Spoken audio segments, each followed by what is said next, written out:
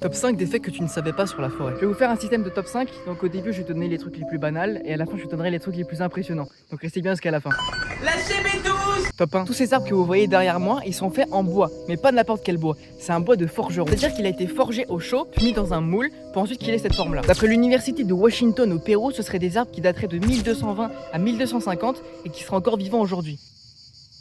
Top 2. Les épines de ces pins paraissent anodines comme ça, mais elles sont de très bonne utilité pour la médecine. À l'époque, elles servaient de seringue pour faire des prises de sang, tout ça, parce qu'avant, ils en avaient pas. Je sais pas si vous voyez très bien, mais en fait, on faisait un petit trou dedans au bout, ce qui pouvait me permettre de mettre la substance dedans, pour ensuite rentrer comme une seringue et pouvoir injecter le produit. D'après les chercheurs du laboratoire de Toucan-sur-Marne, ce serait Maximilien Seringuini, un Italien, qui aurait trouvé cette idée de seringue avec les épines en se le prenant dans le cul. Top 3. Les fougères poussent souvent en groupe parce qu'en fait elles communiquent entre elles. Les feuilles permettent d'envoyer un message tandis que la tige, elle permet de les réceptionner par le sol. Et d'après les scientifiques, les feuilles, elles représenteraient en fait leur forfait internet.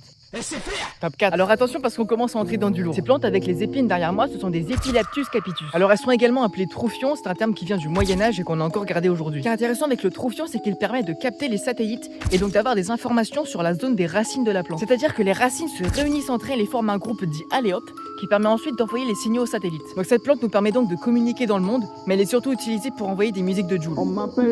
Top 5. Alors là, je pense que vous allez pas me croire. On va revenir sur les arbres que beaucoup appellent pins, mais en fait c'est une erreur parce qu'ils sortent pas de la boulangerie. D'après les scientifiques, on appelle ces arbres des Eucalyptus motorines en reprise de drip. Et qu'est-ce que vous voyez là? Regardez l'écorce de cet arbre. Elle forme ici une courbe avec les courbes de la lune primitive. Et donc ça c'est pratique parce qu'elle nous permet d'estimer l'âge de l'arbre, mais également son caractère. Là on voit que les courbes sont plutôt lisses, donc je pense que c'est quelqu'un qui est plutôt calme. Alors cet arbre est également composé de steak charal dans son tronc, qui permet de réguler l'apport en protéines. Alors il a également tout en haut de son tronc des épines qui sont un peu dans tous les sens, qui forment un peu des nœuds. C'est pourquoi on l'appelle aussi tête de neuil.